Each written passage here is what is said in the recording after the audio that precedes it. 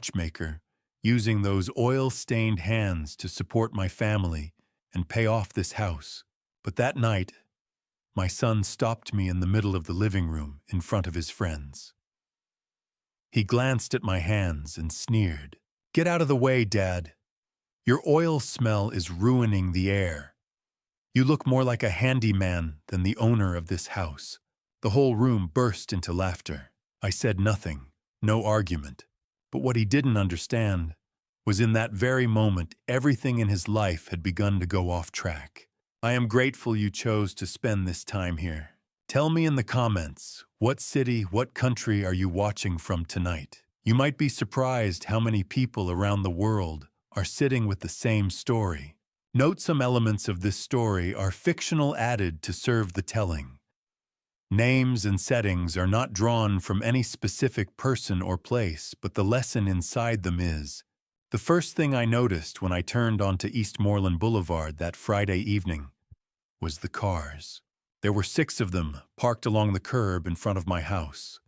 A silver Mercedes, 2 late-model BMWs, and a handful of others that probably cost more than I made in a year fixing other people's timepieces. I sat in my old Ford for a moment, with the engine running, looking at those cars the way you look at something that doesn't quite belong in the picture you've been living in for 25 years. I turned off the ignition and sat there a little longer. The maple tree in the front yard had started turning. The edges of the leaves had gone red and gold overnight, the way they always do in early October in Portland, quietly, without asking permission. I'd planted that tree the year Margaret and I moved in.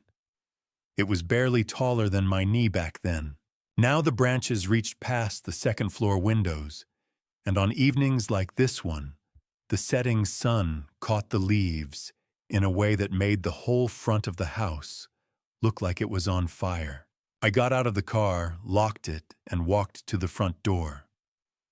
I could hear the music before I even touched the handle. Something with too much bass and not enough melody, the kind of thing that fills a room without actually saying anything. And underneath it, laughter. The bright performative kind that people do when they're trying to impress each other. I pushed the door open and stepped inside.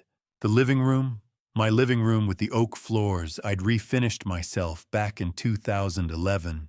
And the bookshelves Margaret had picked out from an estate sale in Lake Oswego was full of strangers, 8, maybe 10 of them. Men in fitted blazers with the sleeves pushed up, women in dresses that probably had names I'd never heard of. Somebody had moved the coffee table against the wall to make space. There were wine glasses on every flat surface, including the windowsill, where Margaret used to keep her small clay pots of herbs. The herb pots were gone. I didn't know when that had happened. My son Donovan was standing near the fireplace with a glass of red wine, gesturing at something with the easy confidence of a man who has never once worried about the electric bill. He was 32 years old, broad-shouldered, and handsome in the way that makes people assume things about a person that aren't necessarily true. He saw me come in, and something shifted in his expression. Not guilt exactly, more like mild inconvenience. He excused himself from his group and crossed the room toward me, not quietly enough, not carefully enough. 2 or 3 of his guests glanced over as he moved. That was the first thing I noticed. He had not thought to be discreet about it. "Dad." His voice came out louder than he intended, carrying just far enough to reach the nearest cluster of his friends. "Hey, you're home early." "I've been at the shop since 8 this morning," I said. He nodded once, the way a man nods when he is not listening. Then he looked down at my hands openly without any attempt to make it seem like something else. And his expression shifted into something I had not seen on his face before. Not embarrassment, something closer to impatience. "Look." He said it at full conversational volume, not a whisper. "You've got oil on your jacket, your hands. The smell follows you when you've been working all day. It's just, He stopped, glanced back at the room, and I watched two of his friends register the exchange. One smiled at something and looked away. Another simply turned her back. "It's a whole thing, Dad. You look more like a repairman than someone who owns a place like this." The room did not go silent. It was worse than that. The conversation continued at the same pitch, the same bright, performative laughter moving through the space, and no one paused or intervened, because no one needed to. It had happened quickly and cleanly, the way small humiliations always do when someone has practiced delivering them. "Just stay in the study tonight, okay?" Donovan said, already turning. "I'll come find you when everyone leaves." He was back with his friends before I had moved from the doorway. I stood in the entryway of my own home with my keys still in my hand, 68 years old, wearing a jacket that smelled like the 40 years of work that had paid for every square foot of the floor he was standing on. I thought about saying something. Several things, actually. I had the words. I just didn't use them. I walked down the hallway and into the study. Closed the door behind me. The study was the one room in the house that felt unchanged. The walls were still the same warm cream color Margaret had chosen. The bookshelves still held her paperbacks alongside my engineering manuals and the half-dozen reference books on mechanical horology I'd collected over the years. Her reading chair was still in the corner by the window, angled toward the lamp the way she'd always kept it. On the small desk near the door, her photograph. The one from our trip to the Oregon coast in 2016, 3 years before she got sick. She was laughing at something. Just outside the frame of the picture, her hair pulled back, one hand shielding her eyes from the sun. I'd taken that photo without her knowing. I set my keys on the desk beside the frame and sat down in my chair. On the shelf directly across from me, between a copy of Watchmaking by George Daniels and an old atlas Margaret had refused to throw away, was a small brown leather journal. The cover was worn soft at the corners from years of sitting in the same spot. On the front, in Margaret's careful handwriting, were 4 words, "For Walter. When the time comes." She had placed it there herself sometime in the last months before she passed. I had never moved it. I had never opened it. Every morning for 6 years I had looked at it when I came in to read, and every morning I had looked away again. The laughter from the living room pushed through the closed door like water under a threshold. I sat there with my oil-stained hands folded in my lap and looked at Margaret's journal for a long time. The music thumped on. A burst of laughter went up louder than the rest, the kind that fills a house and somehow makes it feel emptier at the same time. I did not get up to make dinner. I did not pick up a book. I did not do any of the small, purposeful things I normally use to fill an evening. I just sat there in the quiet of that room and thought about those 4 words on the cover of the journal. When the time comes, I had spent 6 years telling myself the time had not yet come. Sitting there that night, listening to strangers laugh in my living room while my son's words about the smell of my jacket hung in the air of the hallway. I found myself wondering for the first time, with a kind of cold and unfamiliar clarity, whether I had simply been waiting too long. I didn't open the journal. Not that night. But I looked at it for a very long time before I finally reached over and turned off the lamp. The workshop had its own kind of silence, not the heavy, suffocating kind that had settled over the rest of the house the night before, but something older and more honest, shaped by 40 years of careful work. By 6 in the morning, I was already at the bench, the single overhead lamp casting a warm circle of light across the worktop, while Portland's early October fog pressed soft and gray against the windows. The maple tree in the front yard was invisible from back here. From the workshop, the world was exactly as large as I needed it to be. The sign above the door, a small cedar plank Margaret had carved herself, the letters burned in by hand, read Ashford and Company Timepiece Restoration. She'd made it the first summer after I converted the old garden shed into a proper workspace. She presented it to me on a Saturday morning, wrapped in newspaper tied with kitchen twine. I'd hung it that same afternoon and never moved it. That was the kind of woman she was. I was working on a pocket watch from 1943, a Hamilton military issue piece, the kind that had spent decades in someone's drawer, before finding its way to me through an estate sale in Beaverton. The movement was intact, but stiff, the mainspring brittle with age, the jewels clouded. I'd been cleaning it in stages over 3 days, the way you have to with something that old. You can't rush it. Rush it, and you break something that took 80 years to become what it is. My hands trembled slightly as I held the movement under the loupe. They've done that for the last several years, a small, persistent tremor that my doctor says is nothing to worry about, and that I notice constantly anyway. But the tremor has never once made me inaccurate. There's a difference between shaking and being unsteady, and I learned that difference a long time ago. In the corner of the workshop, angled toward the window where the morning light would fall across the pages of whatever she was reading, stood a wooden chair. Ladderback painted white, the seat worn smooth in the center from years of use. Margaret had brought it out here herself one spring afternoon without asking, and simply set it in that corner as though it had always belonged there. She used to sit in it on Saturday mornings while I worked. Reading mostly, though, sometimes she'd just watch. She said there was something settling about the sound of the tools, the small, precise sounds of things being put right. I never fully understood that until she was gone and the chair was empty, and the only sounds in the workshop were the ones I made myself. 6 years. The chair was still there. I'd never moved it either. I heard the knock at the workshop door at 6:22, which meant Ray Kowalski was running a few minutes behind his usual time. My neighbor of 20 years came in without waiting for an answer. He never waited for an answer, and set a ceramic mug on the corner of the workbench where the surface was clear. Ray was 71, a retired carpenter from Milwaukee who had moved in next door 3 months after Margaret and I bought this house. He was the kind of man who showed up when things were wrong without ever needing to be called. He had done that the morning after Margaret passed. He had done it a dozen times since.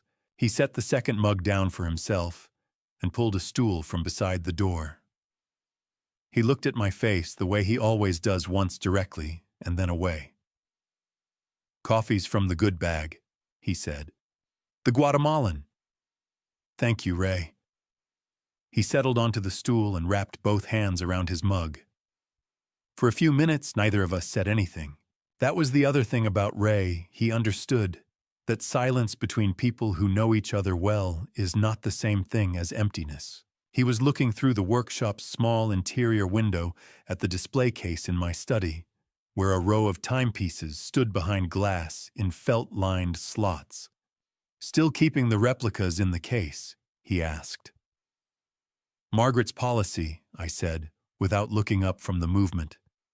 "She always said the real ones were too valuable to put on display. Said showing off the good stuff just invited the wrong kind of attention."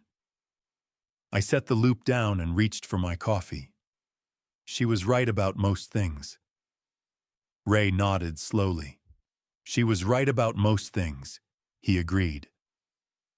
I told him about the night before. Not all at once it came out in pieces the way things do when you're still sorting them yourself. The cars parked out front. The strangers in the living room.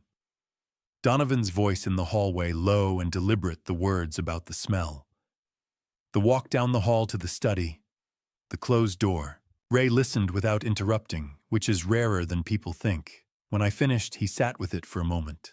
Then he said, "Margaret would have had them out the front door by the end of the first week." "I know," I said. He put his mug down on the workbench carefully away from my tools. "How long are you going to let this go on, Walt?" I looked at the pocket watch on the bench in front of me. The movement sat there half-assembled, waiting. You could see every component laid out in order, each one small, each one necessary, each one exactly where it needed to be to make the whole thing work. I didn't answer Ray's question. I didn't have an answer yet, or at least not one I was ready to say out loud. He left around 7:15 the way he always does on Saturday mornings. I watched him cross the backyard through the workshop window and disappear through the gate in the fence. I picked up my tools and went back to the watch. And then, from somewhere beyond the back door of the house, I heard my son's voice. He was on the back porch, talking on his phone. I couldn't make out the words from where I sat, just the tone of it. Low, deliberate, assured. The same voice he used in the living room with his friends the night before. Not the voice he used with me. I set my tools down on the bench. I sat very still and listened to the shape of that conversation, the pauses, the cadence, the way his voice dropped at certain moments and rose at others. I couldn't hear what he was saying, but I had spent 40 years learning how to read the behavior of small, precise mechanisms, and something in the rhythm of that voice told me the watch on my bench was not the only thing in need of attention. I needed a smaller screwdriver. That was the only reason I got up from the bench that morning. The number 0 blade I'd been using on the Hamilton movement was leaving faint marks on the screw heads, and the set I kept in the house was more complete than the one out in the workshop.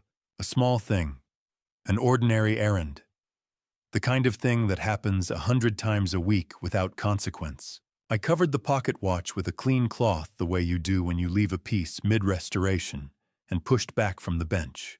Before I went inside, I paused at the workshop door and looked back at the wall above the tool cabinet. There was a framed photograph up there, 8 by 10, a little faded at the edges, now taken in the spring of 2003 at Portland Technical College, a mechanical engineering elective I'd taught for 2 semesters, back when the college still ran the continuing education program. 11 students arranged in 2 rows, squinting into the late afternoon sun. Me in the middle, younger by more than 20 years, holding a caliper somebody had handed me right before the shutter clicked.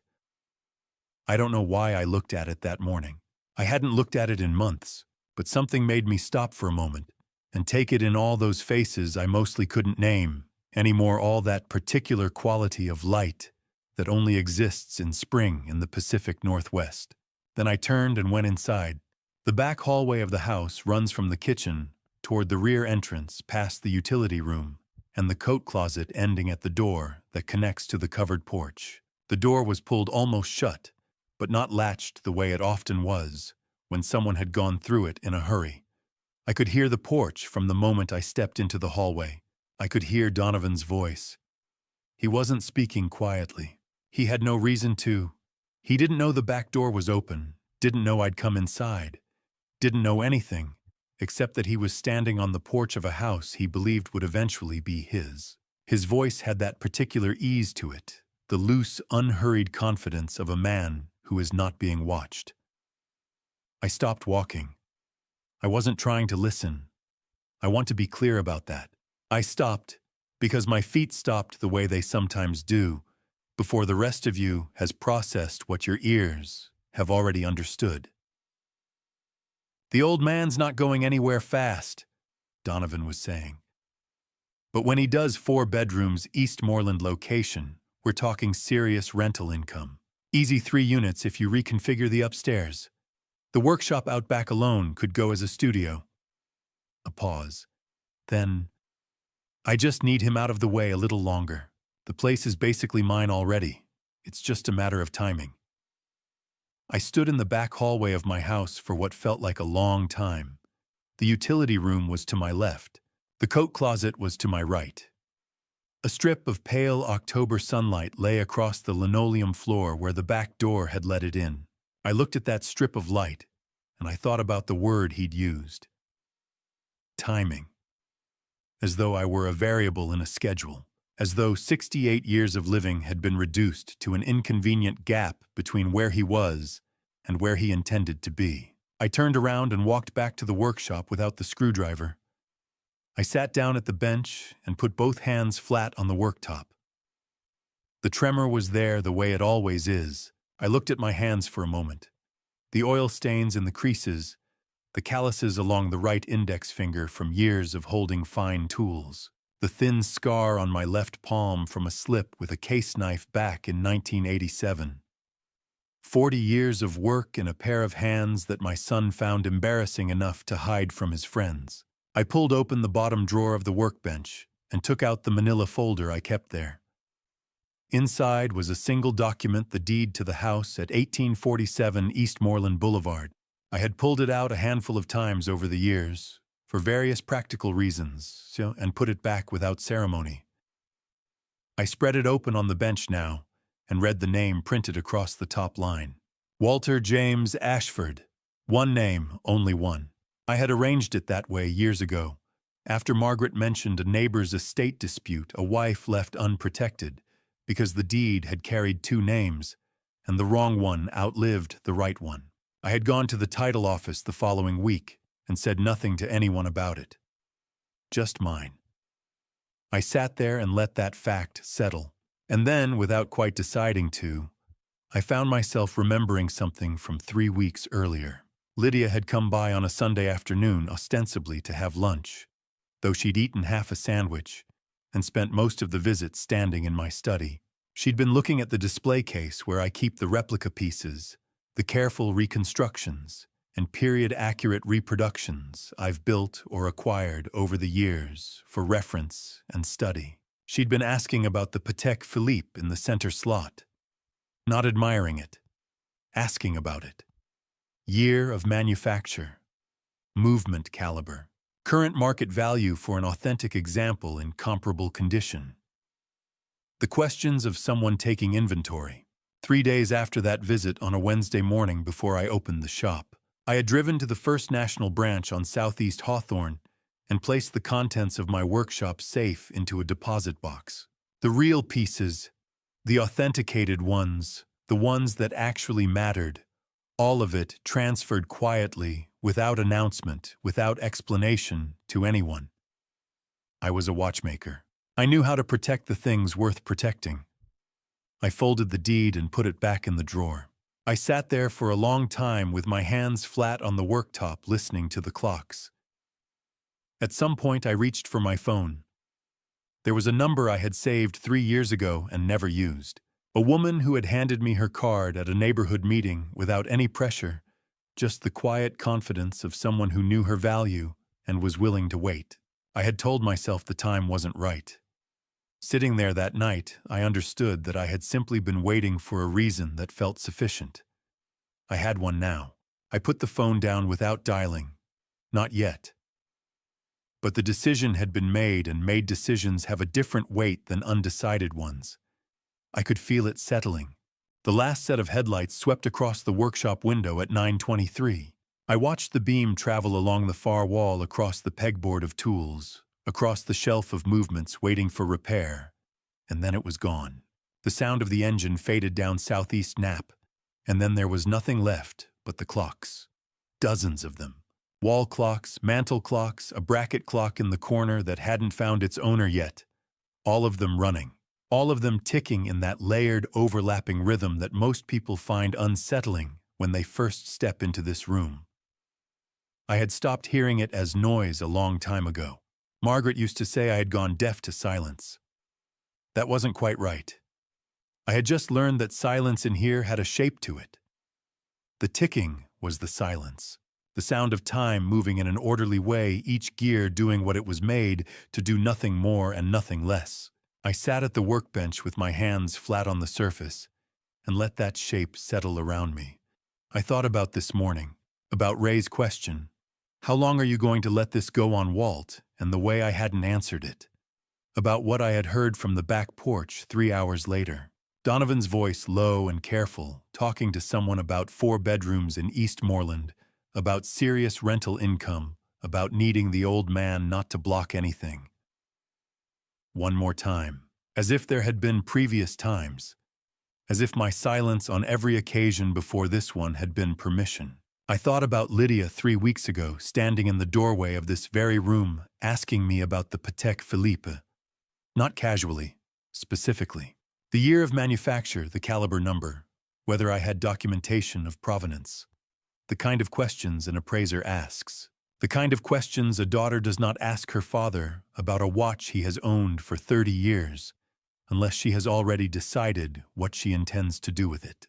And I thought about the folder in the side drawer, the one with my own handwriting on the tab. One name on the deed, just mine. The Hamilton movement I had planned to work on tonight sat untouched in its holder. I looked at it for a moment, then looked at the wall. The 2003 photograph was still up there the way it had been for 22 years. A group of students from the Portland Technical College repair workshop standing in front of the school's lab. I was younger in it. Same hands, different face. Holding a movement up toward the camera with the particular pride of a man who had not yet understood how much he still had to learn. There was a serious-looking young man standing just to my left, the kind of student who stayed late and asked the right questions. I had not thought about him in years. Below the photograph, the glass display case held 6 replica movements on felt stands.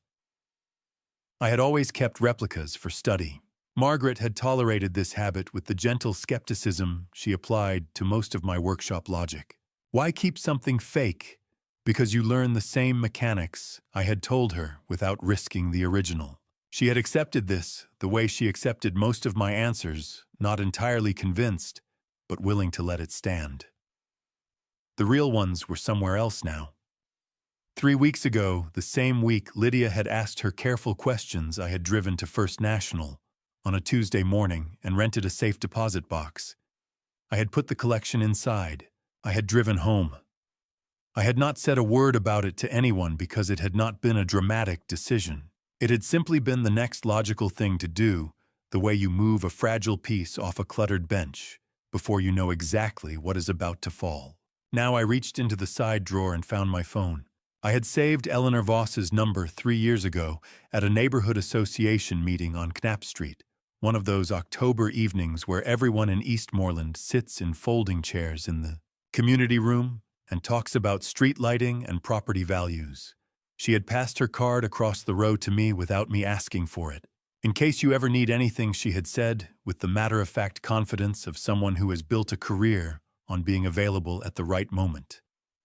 Eleanor Voss Property Group, licensed real estate broker, State of Oregon. I had put the number in my phone that same night and never looked at it again. Until now. It rang twice. "This is Eleanor." Her voice was steady, professional, shaped by years of answering calls from people who were not sure how to say what they needed. "My name is Walter Ashford," I said. "I have a home in Eastmoreland. 4 bedrooms, 2 floors. It's paid off completely. No liens, no disputes." I paused, keeping my voice even.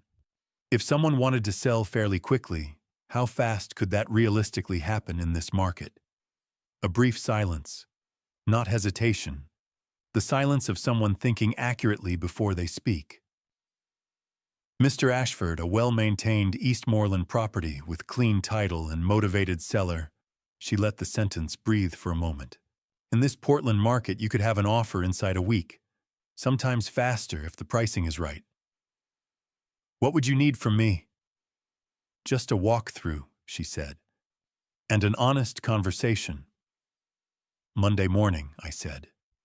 "Early, 6:30 if that works for you." A small pause, not reluctance, just the mild surprise of someone unaccustomed to being asked for a 6:30 appointment on a weekend call. "I can do that," she said. "I'll see you Monday, Mr. Ashford." I set the phone down on the workbench beside the Hamilton movement. For a moment, I just sat there, not moving, listening to the clocks. I looked at Margaret's white ladder-back chair in the corner, the cushions still holding the shape of someone who was no longer there. I looked at the 2003 photograph. I looked at the display case with its 6 replicas behind glass. Each one a perfect copy of something real, something kept elsewhere now for safekeeping. Then I looked at the shelf on the far wall. The shelf was bare. A rectangle of slightly lighter paint, where the wooden collection box had stood for 11 years, marked the space like a sentence that had already been finished.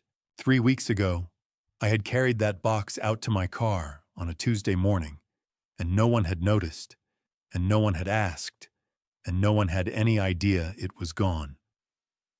They would find out soon enough. I reached over and turned off the bench lamp.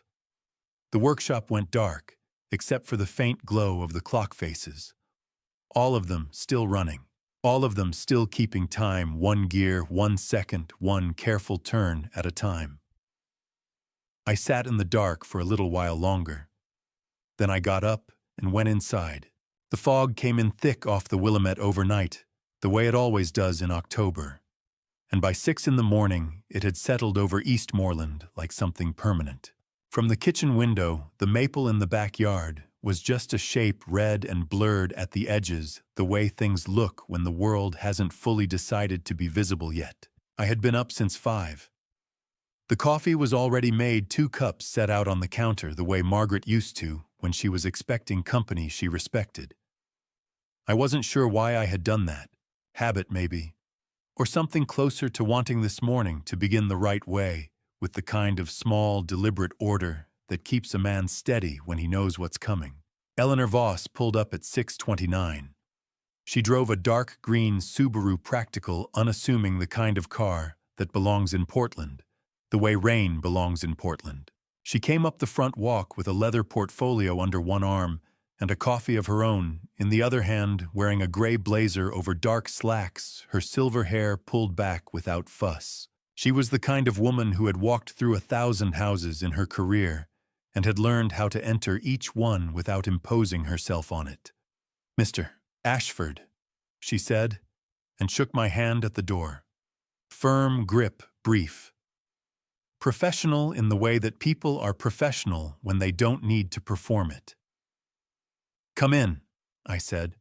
"Coffee's on the counter." She set her portfolio on the kitchen table and took a slow look around.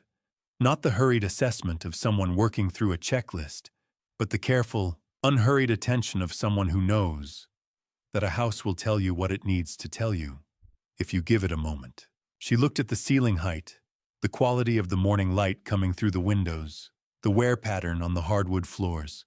I drank my coffee and let her look. We moved through the house room by room. She asked me practical questions, the age of the roof, the furnace, whether the windows had been updated.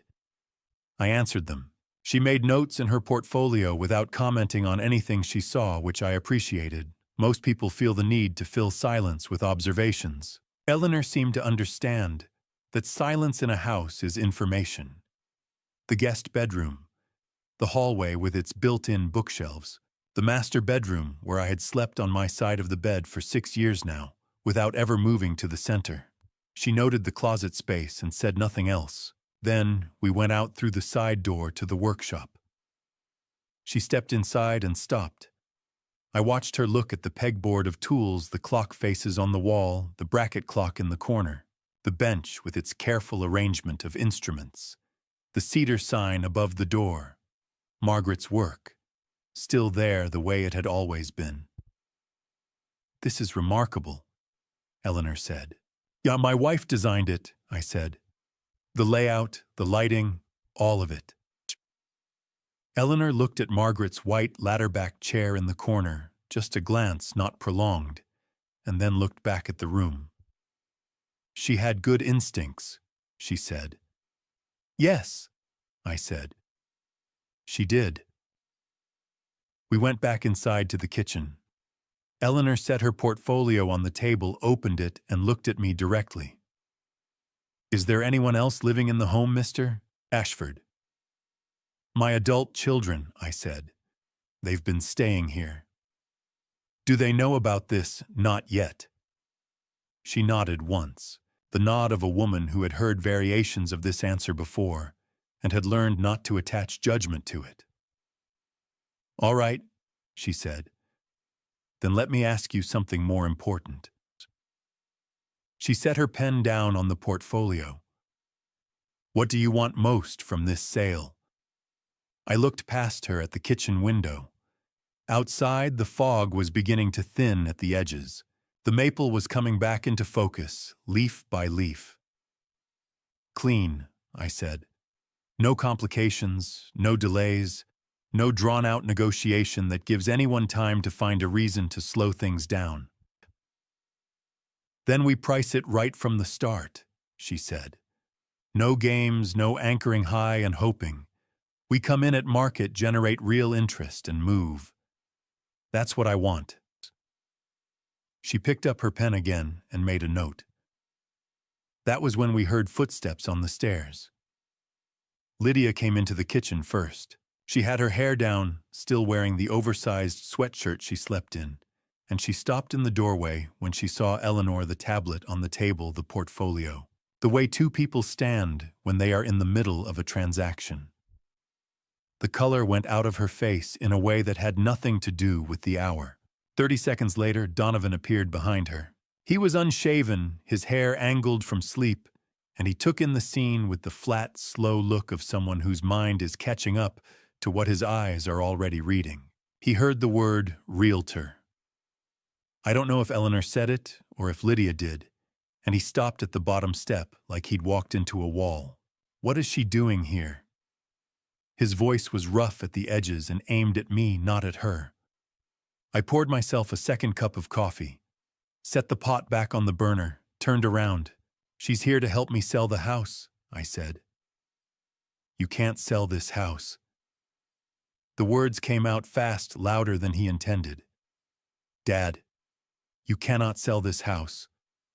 I set my cup down on the counter, slowly.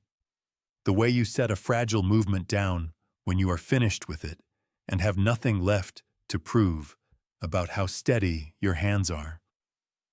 I looked at my son.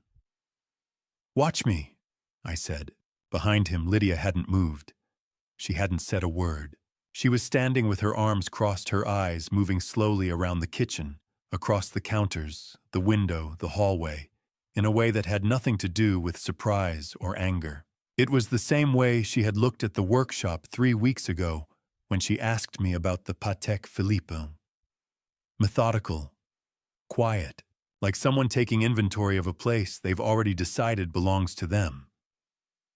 She didn't know I was watching her do it. She never did.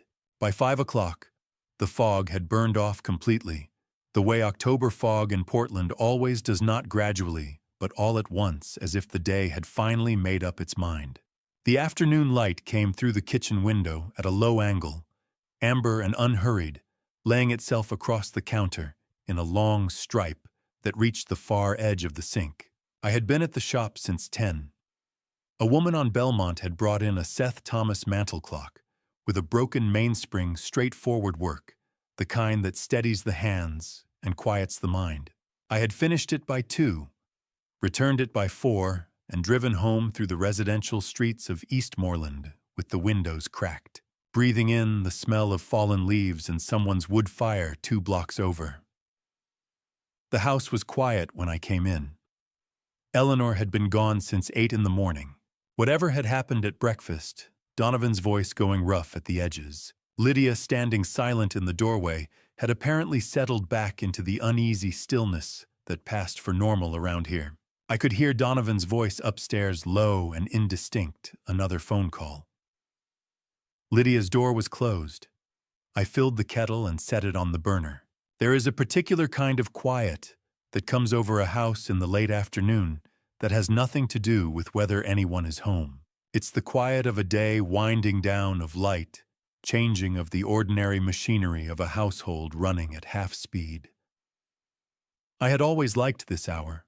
Margaret had called it the amber hour, not for the light, but for the way time seemed to move through it more slowly, like something suspended. The kettle hadn't come to a boil yet when my phone rang. I looked at the screen. A number I didn't recognize, Portland area code 503 local. I answered it the way I answer all calls from numbers I don't know, with a kind of neutral readiness, prepared for it to be nothing important. Mr. Ashford. The voice on the other end was measured, careful. A man in his early 40s, I would have guessed the voice of someone who had rehearsed what he was going to say and was now trying to deliver it without letting the rehearsal show. My name is Greg Tambor. I'm a private investor based here in Portland. A brief pause. I invested in a startup called Ashford Tech Ventures approximately 18 months ago. A $100,000 commitment disbursed in 2 tranches. Another pause, shorter. I was given to understand that you were a co-signatory on the underlying loan guarantee, $47,000. I've been trying to reach you for several months. I set the kettle down on the counter without turning off the burner. I'm sorry, I said. A co-signatory on what exactly? The silence on his end lasted long enough that I could hear him deciding something. Mr. Ashford, he said carefully. There are documents on file with our investment group that carry your signature, your full name, Walter J. Ashford. They were presented to us by your son as evidence of family backing for the venture. The documents were part of the original loan guarantee package. I pulled out a kitchen chair and sat down. Above me, Donovan's voice continued, easy, unhurried, the particular rhythm of a man who believes he is ahead of everything. The kettle began to steam quietly on the burner behind me. Mr. Tambor, I said, I need you to send me those documents, everything you have, right now if possible. I can do that, he said. There was something in his voice that I recognized not hostility, but the exhausted relief of a man who has been trying to get to this moment for a long time. I want to be straightforward with you, Mr. Ashford. I'm not calling to make threats. I'm calling because I think we may both have a problem, and I'd rather deal with it honestly. He paused once more. I don't believe you knew about this. Send the documents, I said. Please. He did. I watched the email arrive in real time, the small notification at the top of my screen, the sender name G. Tambor, the subject line reading Ashford Tech Ventures Guarantee Documentation. I opened it at the kitchen table. There were 4 attachments. I opened the largest one first. A 12-page investment agreement, single-spaced, the kind of document that takes a lawyer an hour to read properly, and a layman 3. I scrolled past the cover page, past the terms, past the disbursement schedule, until I reached the signature page at the back. Walter J. Ashford, written in blue ink, dated 14 months ago. I looked at that signature for a long time. 40 years of signing my name on work orders, warranty certificates, repair receipts. 40 years of the same pen, moving in the same way across paper. The W looping slightly right. The A in Ashford always a degree taller than it needed to be, a habit from the first penmanship class I had ever taken in a schoolroom in Eastern Oregon when I was 7 years old. I knew my own signature the way I knew the sound of a movement running true. I had looked at it 10,000 times. This one was close. It was not mine. I set the phone face down on the table. I sat still for a moment, with my hands flat on the surface the way I had sat at the workbench on Saturday night. Not because I was calm, but because stillness is what I reach for when everything else wants to move too fast. Then I picked the phone back up and called Richard Holloway. Richard had been my attorney for 11 years, a quiet, methodical man who wore the same style of tortoiseshell glasses he'd worn the first day I met him, and who had never once in those 11 years given me advice I regretted taking. He answered on the second ring. I told him everything. The call from Greg Tambor, the documents, the signature on page 12. When I finished, Richard was quiet for 3 full seconds. I counted them. Walter, he said, and the way he said my name told me he had already begun thinking through the implications. If this is what I think it is, we need to move before the property sale closes. Signature forgery in Oregon carries serious consequences. Another pause. And Walter, if Donovan did this once, there may be other documents we haven't seen yet. Funny other documents we haven't seen yet. I sat in the amber light of the kitchen, the kettle long since boiled and gone cold, and let that sentence settle into me the way a diagnosis settles, not all at once, but layer by layer, each layer revealing something new about the shape of the thing you are dealing with. 30 years of being a father. And I had never once been afraid of my own son before tonight. Portland gives you maybe a dozen mornings like this one each October, the kind where the fog decides not to show up, where the sky comes in clear and pale blue from the first hour, and the light falls through the trees at an angle that makes the whole neighborhood look like it was arranged by someone who cared about the composition. The maple in the backyard had gone deeper red overnight. I stood at the kitchen window with my first cup of coffee and watched the light move across it, and I thought about almost nothing at all. That was the only quiet I was going to get today. The photographer arrived at 8 o'clock exactly. His name was Kyle, mid-20s, methodical, in the way that young professionals are when they are still earning the right to be confident. He drove a white hatchback and carried his equipment in 2 cases, which he set down on the porch and opened with the focused efficiency of someone who does the same setup in a different house every morning. Wide-angle lens, portable light panel, a carbon fiber tripod that he assembled without looking at his hands. "I'll start with the main rooms and work back," he said. "Natural light first, then I'll supplement. It usually takes about 2 hours. Take whatever time you need," I said and stepped out of his way. That was the thing about having a professional come into your home to document it. You had to learn to stop being the one in charge of the space. Kyle moved through the kitchen, the living room, the dining area with its view of the backyard, and I followed at a distance, watching him see my house the way a stranger sees it.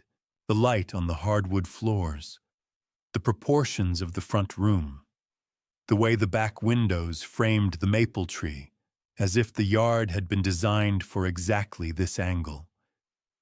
He didn't say much, just moved and shot each shutter click landing in the quiet of the house, like something being recorded that could not be taken back. Donovan appeared at the top of the stairs at 8:45. He stood there with his arms crossed, watching Kyle move through the living room below, and the look on his face was the look of a man who has decided something is not real and is waiting for reality to agree with him. "You're really doing this, yeah," he said. Not a question. The flat statement of someone who has run out of disbelief. I was standing near the kitchen doorway. I looked up at him, then at Kyle, who had moved on to the dining room and was adjusting the tripod without any apparent awareness that the two of us existed. "The kitchen window gets good light in the morning," I said to Kyle. "You might want the one facing the garden." Donovan stood at the top of the stairs for another 30 seconds, then turned and went back to his room. His door didn't slam. It closed quietly, which was somehow worse. Lydia came down 20 minutes later, dressed composed, carrying her coffee in both hands, the way she always did when she was thinking. She followed Kyle up the stairs with a casualness that I recognized as anything but casual, drifting room to room, slightly behind him, pausing in doorways, taking in the angles he was shooting. When they reached my office, she stopped in front of the glass display case and stood there looking at the replica movements on their felt stands with the same careful attention she had given them 3 weeks ago. I watched her from the hallway outside the room. She didn't know I was there. She reached out once, just her fingertips resting briefly against the glass, and then withdrew her hand and followed Kyle to the next room without a word. I stayed where I was for a moment after they'd gone. Then I went back downstairs. Kyle saved the workshop for last. He stood in the doorway before he came inside, the way Eleanor had that same pause that the room seemed to require from anyone seeing it for the first time. The pegboard of tools, the bracket clock in the corner, the bench with its ordered arrangement of instruments that had not moved from their positions in 40 years, except to be used and returned. Margaret's cedar sign above the door unchanged. "This is the most interesting room in the house," Kyle said. He was already adjusting his lens. "It was my wife's favorite too," I said. He nodded, not looking up from his viewfinder, and I appreciated that he didn't ask about her. Eleanor arrived at 9:30 with a man I hadn't seen before. She introduced him to me briefly, a potential buyer doing a preliminary walkthrough, and he shook my hand with the polite efficiency of someone moving through an obligation. He was somewhere in his mid-40s, well-built, a gray canvas jacket over dark jeans. He moved through the main rooms, quietly asking few questions the way people do when they are seeing a house for the second or third time in their minds before they've ever set foot in it. He said almost nothing until he reached the workshop. He stopped at the door. Not the pause of someone processing an unfamiliar room, something else. His eyes went directly to the cedar sign above the doorframe. Ashford and Company Timepiece Restoration. He stood there and read it twice, and then his gaze dropped to the bench, to the tools, to the clock faces on the wall, moving across the room with a kind of recognition that had nothing to do with real estate. I was standing 10 feet behind him. I watched him stand there. Whatever he was seeing, it wasn't the square footage. He came back to himself after a moment, straightened slightly, and moved on without saying anything. Eleanor guided him toward the back garden, and I stayed where I was watching the space where he had been standing. Kyle packed his equipment and was gone by 10:15. Donovan found me in the kitchen an hour later. He leaned against the counter with his arms still crossed, the same posture he'd held all morning, and said, "Once it goes up online, there's no going back, Dad." I looked at him. I thought about a 12-page document with a signature on page 12 that was almost mine, but wasn't. I thought about Richard Holloway saying other documents we haven't seen yet, in a voice that meant he was already thinking several steps ahead of the conversation. "I know," I said. He waited for more. There wasn't any. The quiet that followed was the kind that fills a room when one person has finished, and the other one hasn't started yet, and both of them know it. That evening, Eleanor's text came through while I was in the workshop. "Photos are excellent, Walter. Listing goes live at 7 a.m. tomorrow. 2 showing requests already, one specifically asked to see the clock workshop." I read it twice, set the phone down on the bench, picked it up and read it again. Someone had asked specifically about the workshop. I didn't know why that stopped me the way it did, just a small hesitation, like a gear catching for half a second before it finds its seat. Nothing I could explain. Just the feeling that something was moving toward this house that I hadn't planned for and couldn't quite see yet. After Kyle left the house, settled back into the particular quiet that follows strangers, that sense of the walls reasserting themselves, reclaiming their own air. I had eaten dinner alone in the kitchen, listening to the TV in the living room below, where Donovan had parked himself after 5 o'clock. A laugh track drifted up through the floor at irregular intervals, punctuating the silence, the way a clock with a faulty escapement ticks, present but unsteady, reminding you that something is slightly wrong with the mechanism. I was in my study by 7:30. The desk lamp was on. The room was otherwise dark. I had spent 40 years learning how damage works. A watchmaker's whole practice is the study of failure, what breaks, why it breaks, and whether it was broken by time or by intention. Wear looks different from sabotage. Wear is gradual, consistent, distributed evenly across the parts that carry the most load. Sabotage leaves marks in the wrong places. Pressure applied from an angle the mechanism was never designed to accommodate. You learn to see the difference after a while. You learn to look for it even when you're not expecting to find it. Richard Holloway called at 8 o'clock. "I've gone through everything Greg Tambor sent," he said. No preamble, no small talk. Richard had never been a man who believed that softening information changed its nature. "I've compared the signature on the guarantee documents against your authenticated samples on file from the 2019 deed transfer and the 2021 estate planning documents. A pause, the pause of a man who has arrived at a conclusion and is deciding how directly to deliver it. Walter, it's a forgery. A competent one. Someone spent real time on it. But the angle of pressure on the J is wrong. Your J leans into the next letter. It's a connecting stroke part of how you link to the A. This one stands alone, and the loop on your capital A in Ashford yours opens wider at the base. This one closes too tight.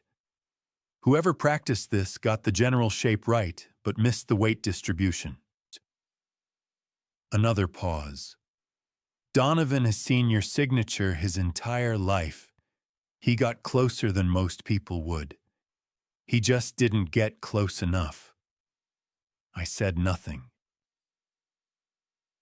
The company dissolved after 6 months of operation. Richard continued. Ashford Tech Ventures. It was registered in Oregon in January of 2024, dissolved in July of 2024. The $47,000 was part of a larger guarantee package presented to 4 small investors. None of them have recovered a cent, and none of them were ever told that the co-signatory had no knowledge of the arrangement and had not, in fact, signed anything. Below me, through the floor, the laugh track fired again. Donovan laughed along with it. That easy, unguarded laugh of a man watching television on a Monday evening with no particular weight on his shoulders. What do I need to do? I said. I'm filing an affidavit on your behalf with the county recorder's office, Richard said. A formal declaration that the signature is not yours and that you had no knowledge of the loan guarantee. This needs to be on record before the property sale closes. A title search during escrow could surface the investor claims if any of them have filed judgment liens. We need to get ahead of it. He stopped. I'd advise against confronting Donovan directly before I've filed. If he moves assets or disputes the record first, it complicates things. Do what you need to do, I said. So don't warn him. Understood. I'll have the affidavit drafted by Thursday morning. After I hung up, I sat in the dark for a while with just the desk lamp and the sound of the television below. I thought about the first time Donovan had borrowed money from me. He had been 23, a restaurant venture with a friend, a place on Division Street that lasted 14 months before the friend bought him out at a loss. I had given him $800 and never mentioned it again, because that was what you did. You gave and you didn't keep accounts. That was the contract of being a father, or at least the version of it I had believed in. I opened the side drawer of the desk. The envelope was there, white letter-sized, unsealed. I had started it the previous night after Richard's first call, in the small hours when sleep had stopped being a reasonable expectation. Inside was a single sheet of paper in my own handwriting, a list. 7 years of entries, each one dated, each one with a dollar amount and a brief description. March 2018, Division Street lease deposit covered without request, $1,200. November 2018, auto insurance lapse paid directly to avoid cancellation, $840. June 2019, credit card balance transferred without disclosure, $3,100. And so it continued line by line, year by year, the small, quiet payments that a father makes when he has decided that keeping the peace is worth more than keeping the record. $23,400 over 7 years in amounts small enough that each one felt manageable at the time. In a pattern I had never written down before, because writing it down would have required me to see it for what it was. I picked up the pen. At the bottom of the list, below the last entry, I added 2 new lines. October 2025. Ashford Tech Ventures Loan Guarantee, forged signature $47,000. See attached documentation. I set the pen down. I read the list from the beginning to the end. Then I folded the sheet, placed it back in the envelope, along with a copy of the documents Greg Tambor had sent, and set it on the desk. I pressed the flap down, but did not seal it. A sealed envelope is a statement. This was not a statement yet. It was a record, and records are kept open until the moment they are needed. I didn't write a name on the outside. He would know. I put the envelope back in the drawer and closed it. Not tonight. Not as a weapon, not as a confrontation, just a record. The kind of record that a careful man keeps, so that when the moment comes, the numbers speak for themselves, and no one can argue with the arithmetic. I turned off the desk lamp and sat for a moment in the dark. Outside, a car moved slowly down the street, its headlights sweeping briefly across the ceiling. Somewhere in the neighborhood, a dog barked once and went quiet. My phone rang at 7 the next morning while I was standing at the kitchen counter with my coffee. Eleanor. "Walter, we're live," she said. 3 showing requests in the first hour. The photos are doing exactly what good photos are supposed to do. She paused, and in that pause I recognized the particular quality of a professional who has something specific to say and is choosing how to say it. "One of the names on the request list, I thought you should hear it directly. It might mean something to you." "Go ahead," I said. "Derek Sullivan." I stood at the kitchen counter with my coffee cooling in my hand. The name sat in the air between us for a moment. Familiar in the way that things are familiar when you knew them well a long time ago, and have not thought about them since. I reached for it. I knew that name. I was certain that I knew it. But I couldn't yet place where. Eleanor had warned me that the first showing would feel different from the photography session. Kyle had been a professional, doing a job. His presence in the house had the neutral quality of a repairman or an inspector, someone with a specific task, and no emotional investment in the outcome. Buyers were different. Buyers walked through your rooms and tried to imagine their lives inside them. And there was something about that, the way a stranger's imagination moved through your walls, that made the house feel briefly like it belonged to no one. The couple arrived at 10 o'clock. Young late 30s, I guessed a husband and wife in matching rain jackets, who had clearly driven over from the west side. Eleanor met them at the door, with the practiced warmth of someone who has conducted 1,000 first impressions, and I stepped back toward the staircase and let her work.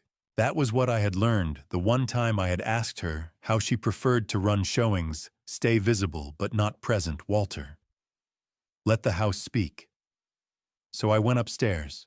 The hallway on the second floor runs the length of the house, 4 doors off it, 2 on each side with a small window at the far end that looks out over the backyard. I stood near that window with my hands in my pockets, listening to Eleanor's voice below moving from room to room. The soft commentary of a woman describing a house to people who were still deciding whether they could see themselves in it. Outside the backyard, Maple was catching the morning light at an angle that turned the red leaves almost copper. October in Portland, on the rare days it chose to be generous. I heard Lydia's door open. She came out quietly, not the rushed, oblivious movement of someone on their way to the bathroom, but the deliberate, unhurried step of someone who has been waiting for a specific moment and has decided that moment has arrived. She was dressed. Her hair was done. She carried nothing in her hands. She walked to the end of the hallway and turned into my study without pausing at the door. I was standing in the shadow past the window around the corner, where the hallway bends slightly before the staircase. She had not looked back. She did not know I was there. I waited. Below, Eleanor's voice drifted up something about the natural light in the kitchen, the quality of the hardwood. The husband said something I couldn't make out. The wife laughed at something Eleanor said. All of it ordinary and distant, the sounds of a transaction proceeding normally 1 floor beneath something that was not normal at all.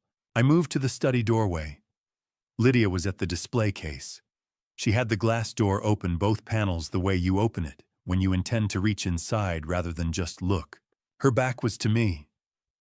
I watched her hands move across the felt-covered shelf, bypassing the 3 smaller movements on the left, going directly to the piece on the far right. The Patek Philippe. The 1940s gentleman's dress watch in the yellow gold case, the one she had asked me about 3 weeks ago with such careful, specific attention.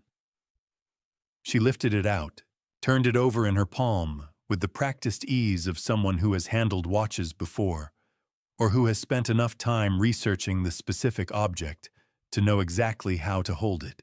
She brought it closer to the window light, and then she stopped. I watched the stillness come over her. Not the stillness of someone admiring something, but the stillness of someone whose understanding has just shifted. She turned the watch over again, slower this time, tilted it toward the light at a different angle. Her thumb moved across the case back, feeling for something. She found the serial number and read it. I could see her lips move slightly, and then she read it again. I stepped into the doorway. "The real ones have been at First National for 3 weeks, I said. "Safe deposit box." My voice was level. The same tone I use when I'm explaining a repair to a customer, not unkind, not accusatory, just accurate. The kind of voice that doesn't require a response because the information it carries is sufficient by itself. Lydia turned around. We looked at each other across the width of the room. The morning light came through the study window between us, falling on the open display case, on the replica watch still in her hand, on the slight parting of her lips that was the beginning of a sentence she did not complete. There was nothing to say. I had known that before I stepped into the doorway. Whatever she might have offered, surprise, denial, some version of "I was just looking," would have required me to engage with it, and I had no interest in that conversation. The facts were in her hand. The serial number told the story without either of us needing to narrate it. After a moment, Lydia looked down at the watch. She placed it back on the felt shelf, carefully, more carefully than she had picked it up, with a kind of deliberate precision that seemed in its way like the only acknowledgement she was capable of making. She closed the glass panels. She smoothed the front of her shirt with both hands, a gesture that had nothing to do with her shirt, and then she walked to the doorway. I stepped aside. She went past me without speaking and without looking at me, and I heard her door close at the far end of the hallway, not a slam, just the soft, definitive click of a latch finding its seat. I stood in the study doorway for a moment. Through the window, the copper maple moved slightly in a wind I couldn't hear. She had looked small walking away. I had not wanted to notice that. But a man who has spent his life looking at the precise truth of small things does not get to choose what he sees. I went downstairs. Eleanor was in the living room with a second couple now. The young pair in rain jackets had apparently finished and left while I was upstairs. This couple was older, quieter, moving through the room with the measured attention of people who had looked at enough houses to know what they were actually looking for. Eleanor caught my eye briefly and gave the small, composed nod that I had already learned. Meant things are going well, stay out of the way. I stayed near the base of the stairs. The man was standing at the far wall, the one where Margaret had hung the family photographs in the arrangement she had spent an entire Saturday morning getting right, a cluster of frames in different sizes, the whole span of a life organized by what she had decided was worth keeping visible. He was looking at one of them in particular. Not browsing, looking. The way you look at something you have seen before.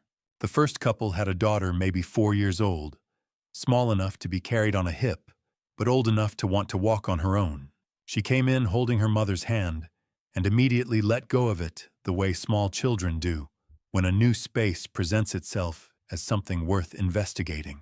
I watched her cross the living room floor with that particular 4-year-old purposefulness, heading toward nothing specific and everything at once. Eleanor steered the parents through the kitchen, while the girl explored the baseboards. I stayed near the hallway and let them work through the space at their own pace. The mother stopped at the kitchen window, the one that looks out over the backyard, over the maple, over the garden bed Margaret had put in along the south fence, over the workshop with its cedar sign just visible from that angle on a clear day. She stood there with her hands resting lightly on the counter's edge and looked out at it, and I understood exactly what she was seeing. Not the square footage, not the market comparables. Something else, the particular quality of light through that window at mid-morning, the way the yard looked, contained and quiet, and like a place where a life could happen. Margaret had stood at that window almost every morning for 26 years. I turned away and went back to the hallway. The second showing was at 1 o'clock. He came alone this time. The same man from the day before, mid-40s, the gray canvas jacket, that quality of moving through a space with more attention than the space usually receives. Eleanor met him at the door, and I stayed back watching from the dining room archway as he came in and oriented himself the way he had the previous day, slowly, without hurry, like a man who already knows where he's going and is in no particular rush to arrive. He went through the kitchen, the living room. He looked at the ceiling height, the window proportions, the quality of the floors, the way a person looks at things when they are confirming details already studied rather than encountering them fresh. Then he stopped at the photograph wall. Margaret's arrangement, 20-something frames in different sizes, spanning the full width above the sofa, the whole geography of a life compressed into a stretch of painted drywall. He moved along it slowly, taking in the family portraits, the holiday pictures, the candid shots that she had insisted on keeping, because they were real Walter, not just posed. And then he stopped.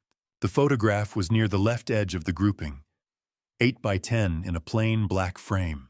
A group of young men and women standing in front of the repair lab at Portland Technical College, dated in Margaret's handwriting on the small card below it. Portland Technical College. Watchmaking program. Spring 2003. I was in the center of the group, younger, holding a movement up toward the camera. On my left stood a serious-looking young man in a dark shirt, early 20s. The posture of someone who had learned to be careful with things. The man in the gray jacket looked at that photograph for a long time. Then he turned around. Our eyes met across the room. His expression was not the expression of a buyer evaluating a property. It was the expression of someone who had found what they came looking for. I held his gaze for a moment, then looked away first, not from discomfort, but because I needed to think. Eleanor appeared at his elbow and said something about the master bedroom, and he followed her without looking back at me. And I stood in the dining room archway with the photograph on the wall behind me, and the name that Eleanor had read me that morning, Derek Sullivan, finally finding its shape. Portland Technical College. Fall semester 2003. A young man who had come in on the first day of the watchmaking module with second-hand clothes and no toolkit. He hadn't said anything about it, just sat at the bench with his hands in his lap until I noticed. I had lent him my spare set for the semester. One condition: return them in the same condition you received them. He had. And then he had graduated and moved on. And I had moved on.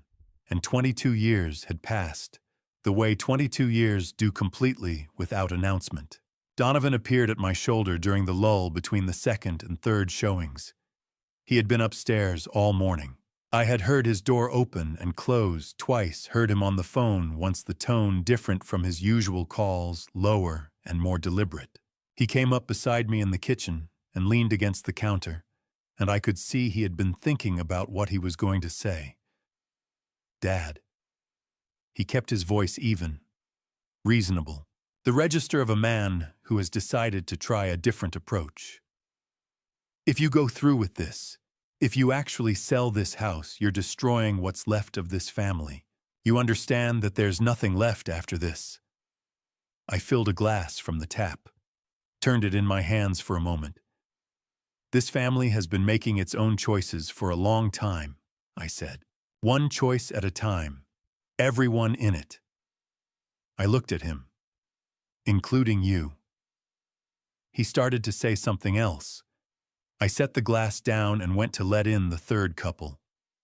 They were pleasant, thorough, unremarkable in the way that most serious buyers are focused on the practical details that had already been decided before they walked in the door. The third showing lasted 40 minutes. By 3:30 it was done. The last car had backed out of the driveway, and Eleanor remained at the kitchen table with her portfolio open and her reading glasses on the end of her nose. I sat down across from her. "Two offers," she said. She set the portfolio so I could see the top sheet. "First one came in this afternoon. They're at asking price, 30-day close clean terms, pre-approved financing." She turned the sheet over. "Second one came in an hour ago. Considerably above asking. The buyer has requested a private meeting with you before finalizing. He said you'd understand why when you heard his name." I already knew the name, but I waited. "Now, Derek Sullivan," Eleanor said. I set my glass down on the table. I looked at the window, the one facing the backyard, the one facing the workshop, the one where you could just see the cedar sign on the workshop door if the angle was right and the light was cooperating. Ashford and Company timepiece restoration. Margaret had carved it herself a Saturday afternoon in October of 2003, the same year that photograph on the wall had been taken. She had been particular about the lettering, had practiced it on cardboard 3 times before she touched the cedar. "It has to last, Walter," she had said. "Put your name on something properly, or don't put it on at all." 22 years.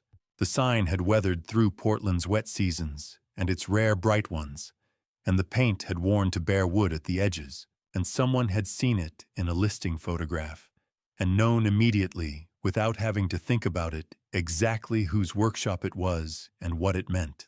Eleanor was watching me with the patient attention of a woman who has learned to read rooms. "He recognized the sign," she said. "He told me he saw Ashford and Company in the listing photos and knew immediately. He said he'd been looking for a way to say thank you for 22 years. I looked at the window for a long time.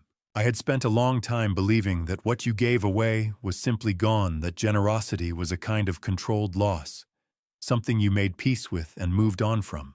It had seemed like the honest way to think about it, the unsentimental way. I was not sure I believed that anymore. Before I reveal what was inside that envelope and what happened when Donovan finally read it, comment the number 7 below. 7 years. 1 night. 1 piece of paper. A reminder, parts of this story include fictional elements added for the telling. The lesson inside them is not fictional. Stay if you want to see how this ends. By 9 o'clock, the house had gone quiet, in the way it only goes quiet after a long day. Not the ordinary quiet of an evening winding down, but the specific, wrung-out silence of a place where too much has happened, and everyone has retreated to process it separately.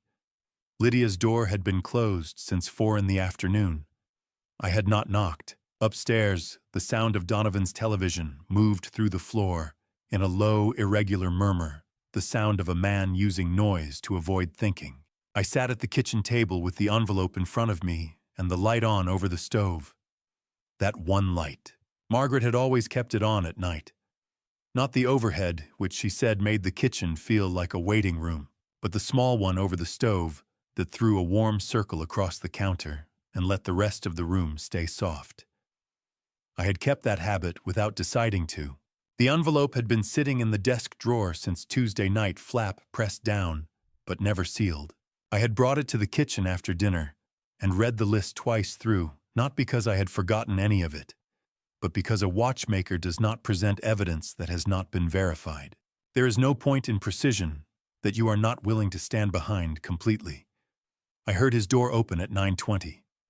The stairs, the particular sequence of his footsteps heavier on the outside edge of each tread, the way he had walked since he was a teenager. I had always been able to tell which of my children was coming down the stairs by the sound alone. Margaret had found this remarkable. To me, it was just pattern recognition. Everything has a signature, if you pay attention long enough. Donovan came into the kitchen in a gray sweatshirt and socks, moving with the easy thoughtlessness of a man headed for the refrigerator. He pulled the door open, looked inside, reached for something on the second shelf. Then he registered me at the table. He straightened slowly. His eyes went to the envelope, then to me, then back to the envelope. "Sit down, Donovan." Not a command, just a statement of what was going to happen. There was a difference, and I had thought about which one I wanted. He hesitated one beat too, then pulled out the chair across from me and sat down. He did not take anything from the refrigerator.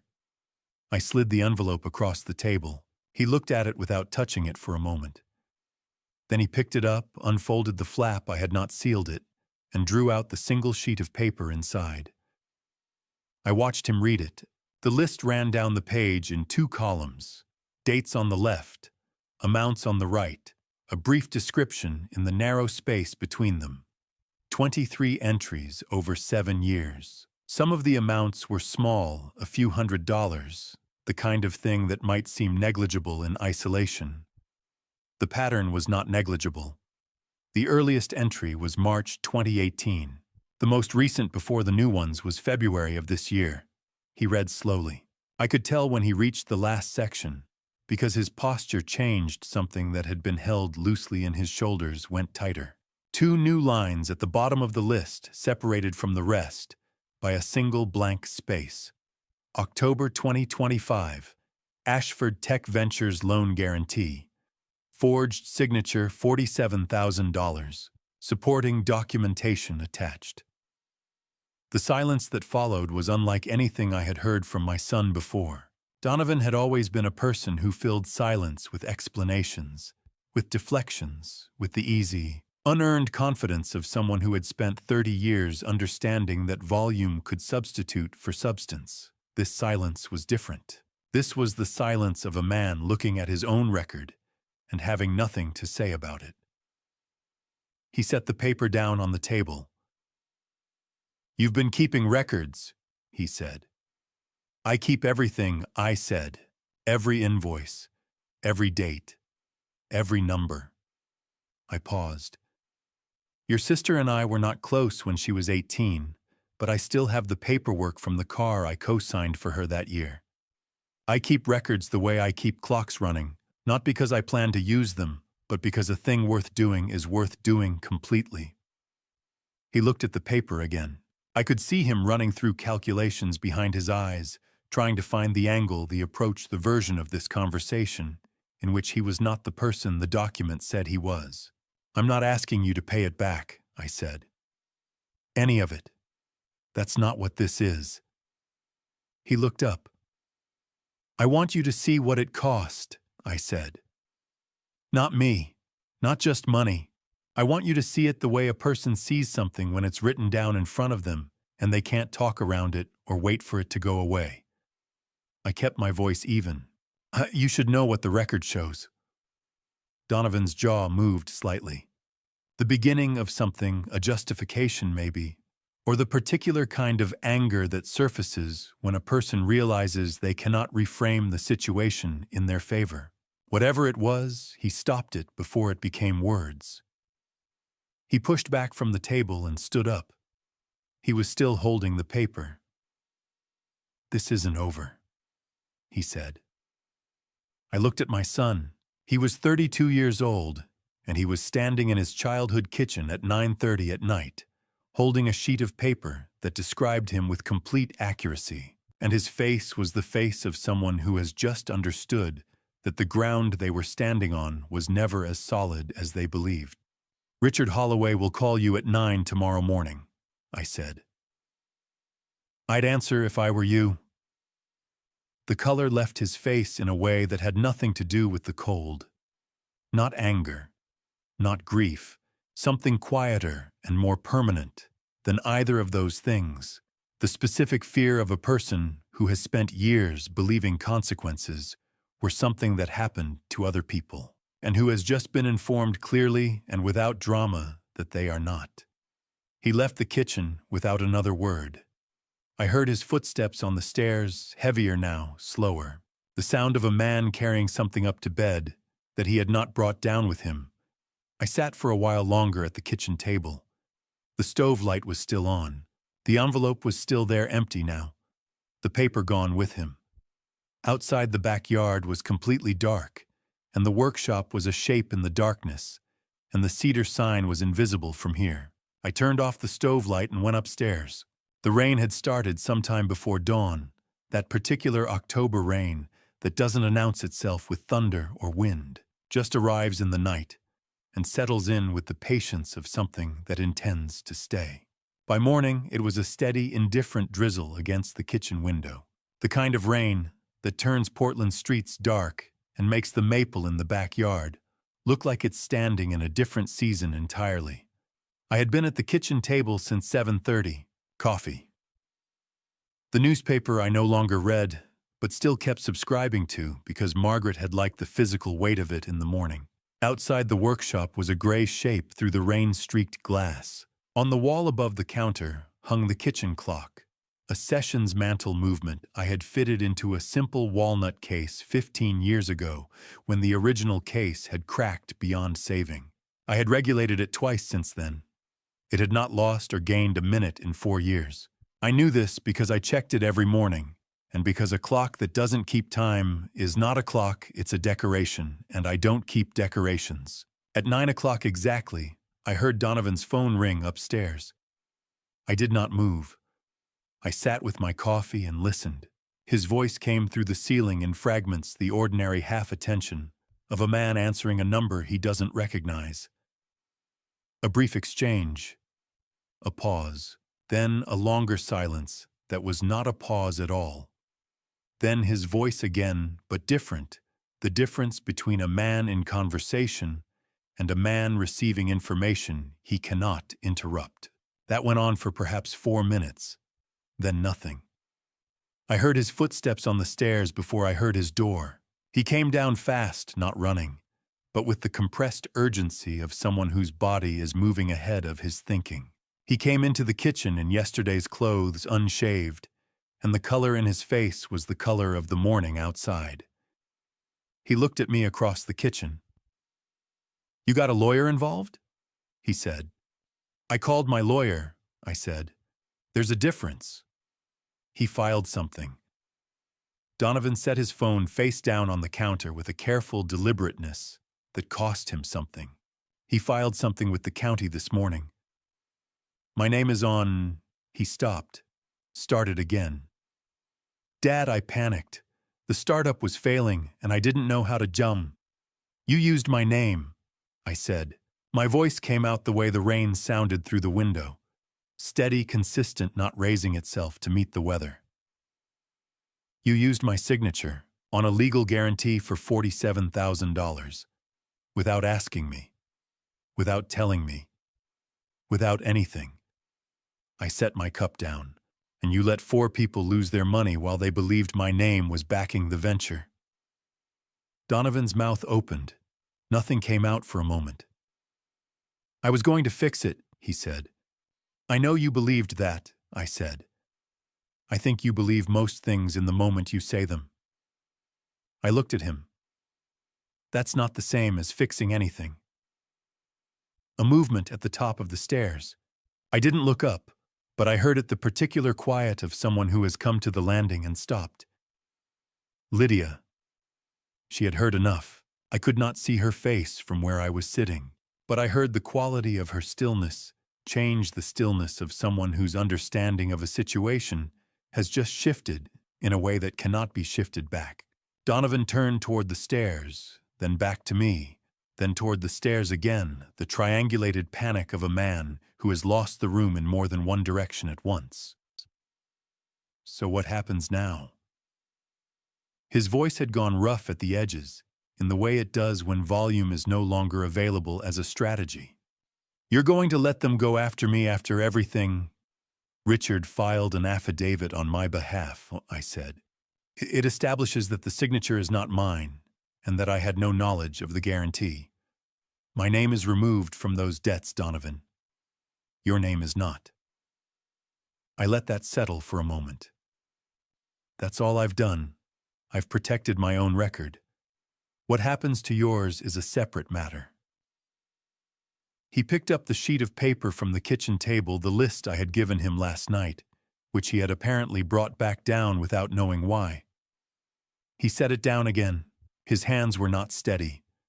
I looked at his hands, then at mine. The tremor was there the way it always was. His hands were shaking for a different reason than mine.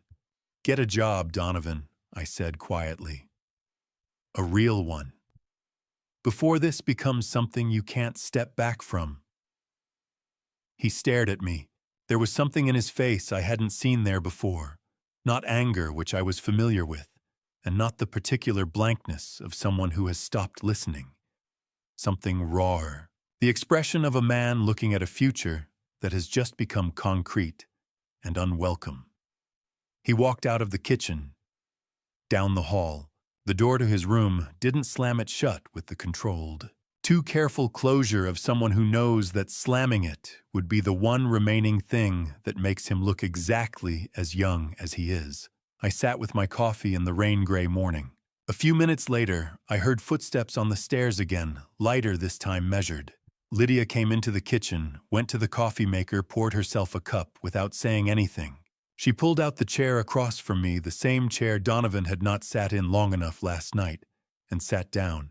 We did not speak for a while. The rain continued against the window, steady and without hurry. The clock above the counter read 9:17. Then Lydia wrapped both hands around her mug and looked at me with an expression I had not seen on her face in a long time. Not the careful, assessing look she wore when she was calculating something, but something more tired and less defended. "Dad," she said. "Did you know about Donovan? Did you already know what he was doing before all of this started?" It was not the question I had been expecting. Not the question about the house or the sale or what she stood to lose. A question about her brother. About how much her father had seen and said nothing, and for how long. I looked at my daughter across the kitchen table. Outside, the rain moved through the maple in a slow, deliberate way, as if it were finding its way through the branches one at a time. Lydia's question was still sitting in the kitchen when I walked out the back door. She had asked it the way she asked most things that mattered, quietly, without drama.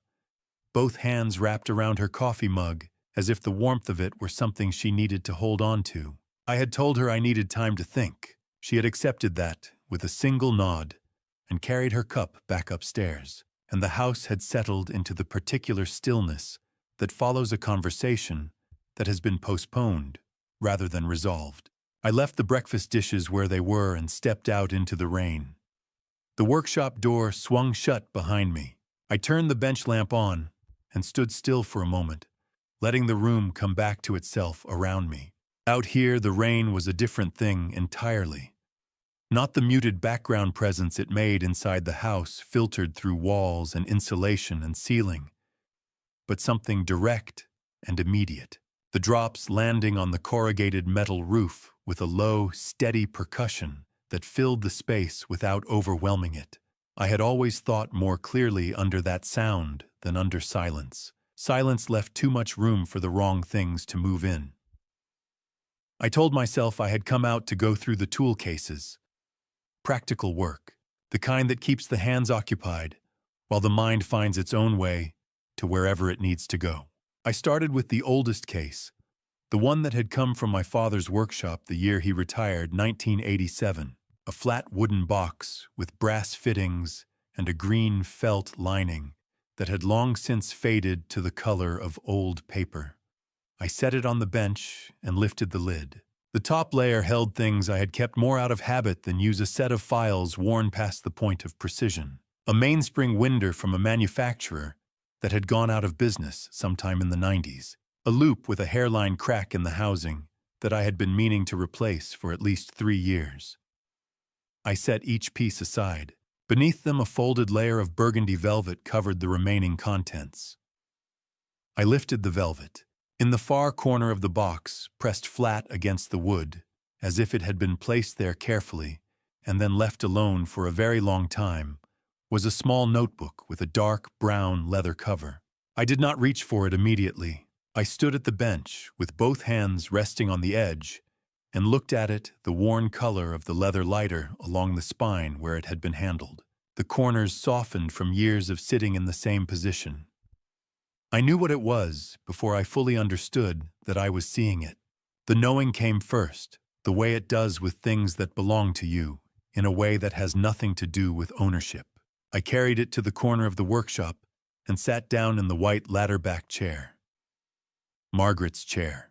I had not sat in it once in 6 years, had moved around it, worked around it, treated it the way you treat something that has become larger than its physical presence. Now I sat in it. The cushion held the same way it always had. The angle toward the window was exactly as she had always kept it. I opened the notebook. Her handwriting came up off the page the way her voice sometimes did, unexpectedly small and even blue ink. The careful cursive she had learned from her grandmother as a girl and never seen any reason to modernize. On the inside of the front cover, centered on the first page in letters slightly larger than the rest, for Walter. When the time comes. I turned to the first entry she had written directly to me.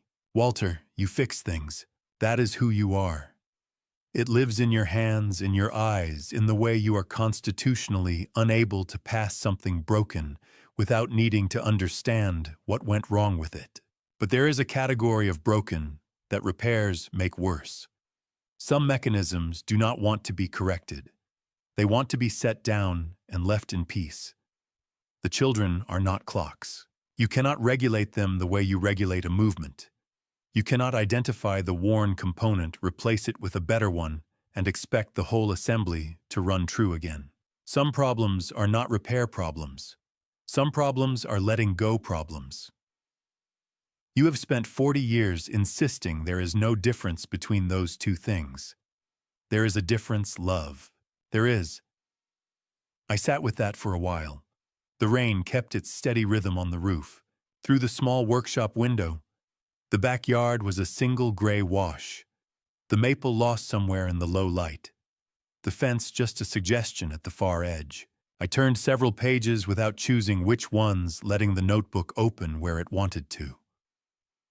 She had written about the garden in early spring, about sitting in this chair on Saturday mornings while I worked the particular quality of that sound she had described once as things being put right, about small observations she had wanted to keep somewhere outside her own memory. Then the passage about the children. They take because we give because we love them. But love and sacrifice are not the same word, Walter, and you have been using them interchangeably for so long that you have stopped noticing the substitution. My silence gave permission too. I am not placing this at your feet alone. I am telling you now only because I have run out of time to wait for a better moment. The last entry was near the back of the notebook. I could see from the handwriting that something had changed. By then still hers. Still recognizably careful, but with less pressure behind it. Lighter, as if the effort of pressing ink into paper had become something to conserve. When your heart is more tired than your hands let go, Walter, just let go. The house is only a house. The workshop is only a room. You are not only a father. You are Walter James Ashford. You have always been more than the weight you chose to carry. I knew that the first morning I met you. I never once stopped knowing it. Don't forget. I closed the notebook. I had been bracing for something sharp, the accumulated force of 6 years of avoidance releasing all at once. What arrived instead was quieter and older than that. The specific sensation of setting down something heavy after carrying it long enough that the weight had become invisible, indistinguishable from your own body, and then feeling in its absence how much room there actually was. I remained in her chair while the light outside shifted from gray to a darker gray, and then to something close to dark. The rain held steady. Along the workshop walls, the clocks continued their overlapping conversation, each one marking the same moment in a slightly different register. The way witnesses to the same event always tell it differently. I had spent 40 years learning to hear that sound as a form of silence. Tonight, it held. After a while, I closed the notebook and slipped it into the inside pocket of my shirt, flat against my chest. I looked around the room one more time. The bench, the tools in their order. The bracket clock in the corner that had been here longer than either of my children. The cedar sign above the door, her handwriting burned into the wood patient, and permanent exactly where she had placed it. I had stood in this room 1,000 times over 40 years. This time felt different. Not the way a thing feels when you are about to lose it. The way a thing feels when you have finally finished with it, when the work is complete, the mechanism set right, and all that remains is to wind it once more and let it run. My phone moved on the bench. Eleanor. Derek Sullivan called me directly. He's asking for a private meeting before he signs anything. His exact words, "Tell Mr. Ashford I only need 5 minutes. He'll understand why when he sees me." I looked out through the workshop window at the dark yard and the steady rain. The man in the gray canvas jacket. The photograph on the living room wall. Portland Technical College watchmaking program. Spring 2003. A young man at a bench on the first morning of the semester, hands resting quietly in his lap. Nothing on the surface in front of him, waiting without complaint, to be noticed. The memory returned the way memories do when they have been waiting, not all at once, but in sequence, each detail arriving and pulling the next one forward behind it. I remembered. After 3 days of rain, Portland had decided to be generous again. The light came in clear and particular, the way it only does after a long, wet stretch, sharper than usual. The air scrubbed clean every surface, catching it differently than it had the week before. I drove downtown with the window cracked and the heater on low, and let the morning come in at that angle the way Margaret used to insist on when the weather finally broke. Let it in, Walter. You've been inside your own head long enough. I had the notebook in my inside pocket. I had put it there when I got dressed that morning without thinking about it, the way you put on something that has become part of how you leave the house. Eleanor's office was on the 4th floor of a building on Southwest Morrison, a converted brick warehouse with tall windows and the kind of clean, spare interior that says a business takes itself seriously without needing to announce it. The receptionist showed me to a conference room at the end of the hall. Morning light came through the south-facing window in a wide band that fell across the table and made the room feel larger than it was. Richard Holloway was already there when I walked in. 11 years, and he looked the same as he always had.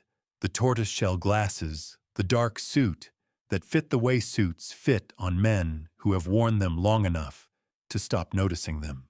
He stood when I entered and shook my hand with the brief, firm grip of someone who considers the handshake a professional instrument rather than a social gesture. He had a leather portfolio on the table in front of him and a legal pad covered in his small, precise handwriting. "Walter," he said, "just the name. Nothing added, nothing taken away." "Richard," I said.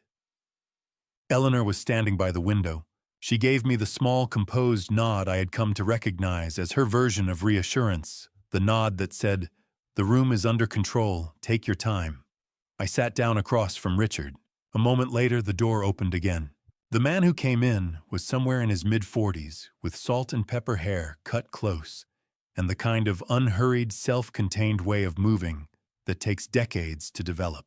He wore a navy blazer over a collared shirt, no tie, the clothes of a man who has stopped trying to look like something and has simply become it. He was carrying a slim leather folder under one arm. He crossed the room and extended his hand. "Mr. Ashford." His voice was steady, a little lower than I remembered it being. "Derek Sullivan, Portland Technical College, 2003. I shook his hand and looked at his face. 22 years will change the topography of a person. The lines, the weight, the particular way age settles differently in different people, depending on what they've done with the time. But there was something in the way he stood that had not changed some quality of patient attention in his eyes. And when he sat down across from me, and the morning light caught his expression at a certain angle, I saw it. The smile. The particular contained smile of a young man who had sat at a workbench in the fall of 2003 with nothing on the surface in front of him, and had waited without asking to be noticed. "I recognized the sign," he said. "In the listing photos, Ashford and Company. I knew it immediately." He paused. I've been in Portland for 6 years. I drove past Eastmoreland twice. I never worked up the nerve to knock. You should have knocked, I said. Yes, he said. I know that now. We sat for a moment with that between us, not an uncomfortable silence, but the kind that belongs to two people who have more history than conversation and are finding their way into it. Then Richard opened his portfolio. The sale documents were straightforward 7 pages, the kind of paperwork that represents the distillation of everything that matters about a transaction into language that leaves no room for misunderstanding. 472 days since I had first started thinking about this. 30 days to closing. 4 bedrooms, 2 stories, 200 square feet in Eastmoreland, Portland. Purchase price $580,000. I read through it carefully. I always read everything carefully. Richard had reviewed it twice and annotated the margins in his small handwriting, and there was nothing in it that surprised me or that I hadn't already decided to accept. I picked up the pen. My right hand had its usual slight tremor. The tremor that had been there for 3 years, that I had long since made peace with the way you make peace with any change in a mechanism you depend on. The signature came out clear. The W leaning into the A, the loop on the capital A, opening wider at the base the way it always had, the way it had always been mine and no one else's. Walter James Ashford. Richard took the pages. Then he set a second set of documents on the table. The conditional bequest, he said. As we discussed. I had drafted this with Richard 2 weeks ago on a Wednesday afternoon when the rain had started, and I had understood for the first time with real clarity that I was not just selling a house, I was deciding what came after it. 70% of the net proceeds from the sale to a charitable trust for the preservation and documentation of antique timepiece collections in the Pacific Northwest, an organization I had been quietly supporting for 11 years since the year after Margaret died. 30% to be held in a restricted account for Donovan and Lydia, available only upon independent verification by Richard Holloway, acting as trustee that each had maintained continuous, documented employment for a minimum of 2 years following the date of the sale. Not a punishment, not a reward, a condition, the kind that a careful man attaches to things he still believes in even when the believing is complicated. I signed it. Richard capped his pen and looked at me over his glasses with the expression he wore when he had done something he considered properly done. Everything is documented, Walter, he said. Every page, every condition, every party. He paused. Clean. The word landed in the room the way it had been landing in rooms for the past 10 days, with a weight that had nothing to do with how small it was. Eleanor exhaled quietly from her position by the window. I set the pen down. Derek had been sitting through the signing with his leather folder unopened on the table in front of him. Now he put one hand on it and looked at me directly. There's one more thing, he said. About the house itself. He stopped. I don't just want to buy it, Mr. Ashford. I want you to stay. I looked at him. What do you mean? I said. He opened the folder and placed a single document on the table between us. Face up, 3 paragraphs, a signature line at the bottom. I leaned forward and read the first line. Then I set it back down on the table. I turned to look at the window, the wide band of October light across the floor, the clean sky above the buildings, the particular clarity of a morning that has earned itself after several days of rain. Eleanor did not speak. Richard did not speak. I looked at the light for a long time. I got home at 3:15 to find the house exactly as I had left it. Lydia's door closed at the top of the stairs, Donovan's room quiet in the way it had been quiet all morning. I set my keys on the kitchen counter and stood for a moment in the ordinary stillness of a Friday afternoon, the kind that has nothing threatening in it, just the house settling into the later part of the day. My phone rang 4 minutes after I walked in. Lydia. Her voice was not the voice I had heard in the kitchen on Thursday morning, not the careful, controlled voice of a woman asking a question she had prepared herself to ask. This was something raw. Dad. Donovan's at Providence Medical Center. Room 214. She stopped. I could hear her breathing working to keep it even. Some people came to the house this afternoon. About money, about the startup. They had papers. They were aggressive about it.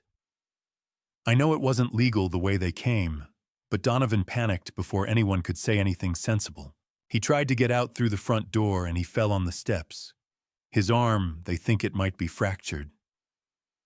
Dad, I didn't know what to do. Is he being treated? I said. Yes. They have him in a room. I'll go, I said. Go back inside and lock the front door. I stood in the kitchen for a moment after I hung up. Eleanor had said something to me that morning between the signing of the first document and the second.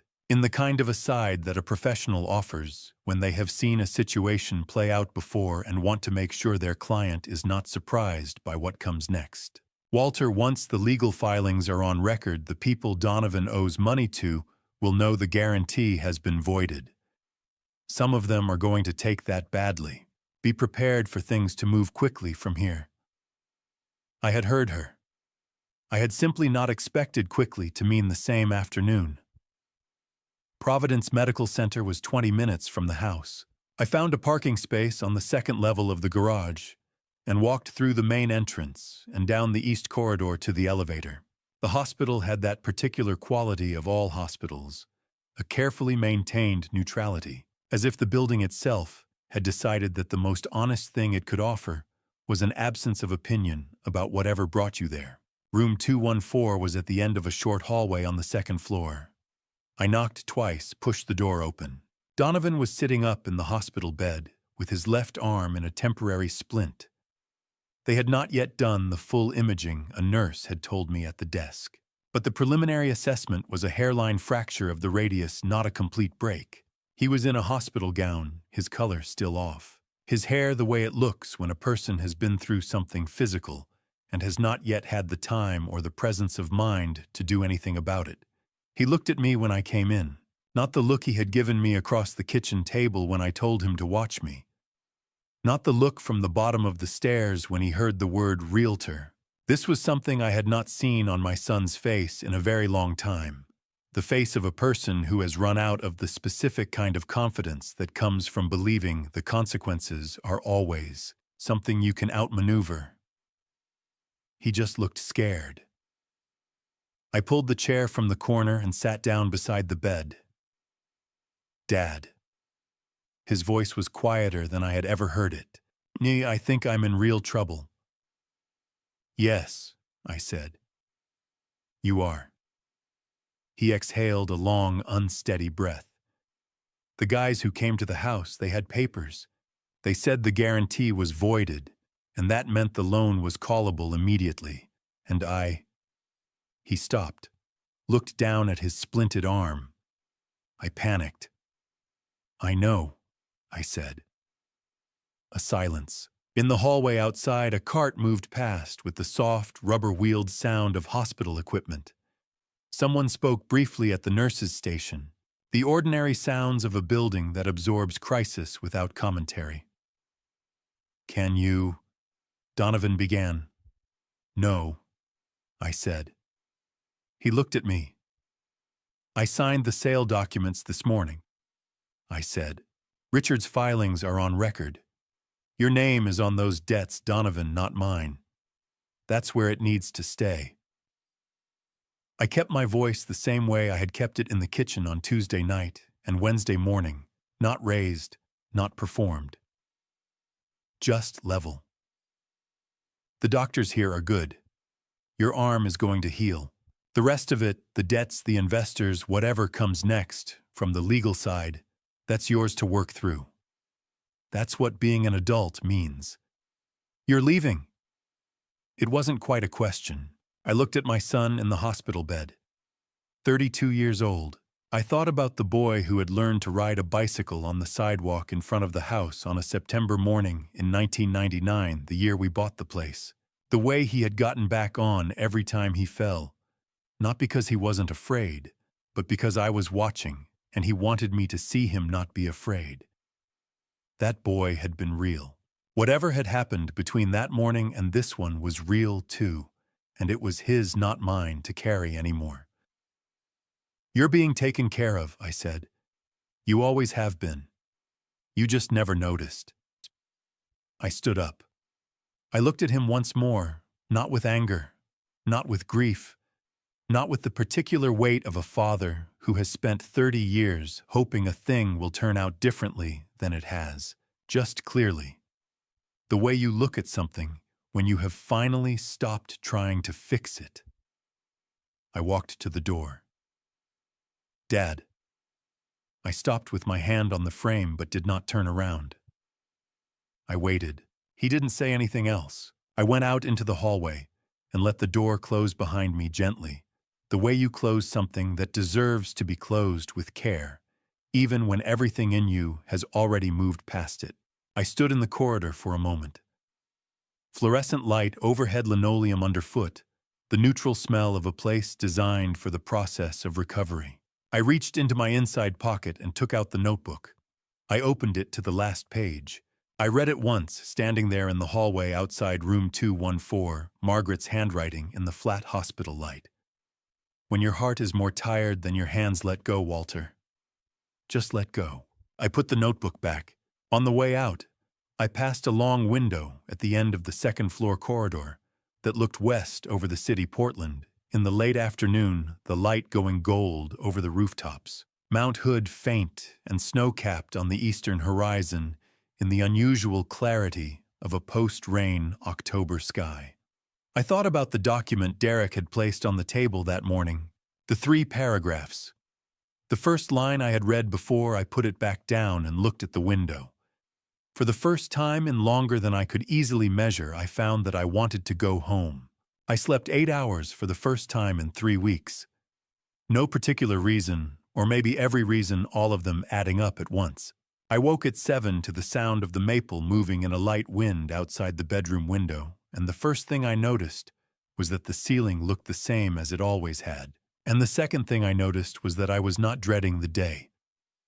That was new. I was downstairs making coffee when I heard Lydia's footsteps on the stairs, different from her usual morning pace, slower and more deliberate. The weight of luggage. I did not turn around when she came into the kitchen. I poured a second cup and set it on the table without asking. She set her bag down by the hallway door and stood for a moment looking at the cup. Then she sat. We didn't speak for a while. Outside the kitchen window, the street was wet from overnight rain. The fallen maple leaves plastered flat against the sidewalk in the particular way they go in mid-October, not blown, just settled, as if they had decided where they were going to be. 2 cups of coffee. A quiet house. Whatever this was, it deserved a minute. "I knew about the startup," Lydia said. Her voice was different, not the careful, measured voice she had used in this kitchen for the past week and a half, the voice she wore when she was calculating something. This was underneath that, the voice of someone who has decided that the calculation isn't worth the cost anymore.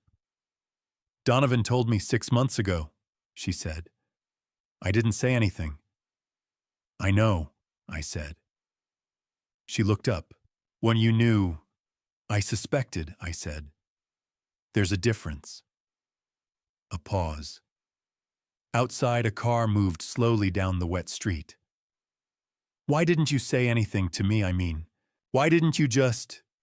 She stopped, started again, more honestly. "Why didn't you call me out on it?" I looked at my daughter across the kitchen table. She was 31 years old, and she had her mother's eyes, and she was looking at me with an expression I had not seen on her face since she was a teenager, something undefended. Because I was hoping I was wrong about you," I said. "I wanted to be wrong, Lydia." The kitchen was quiet for a long moment after that. Not uncomfortable, the silence of two people sitting with something true.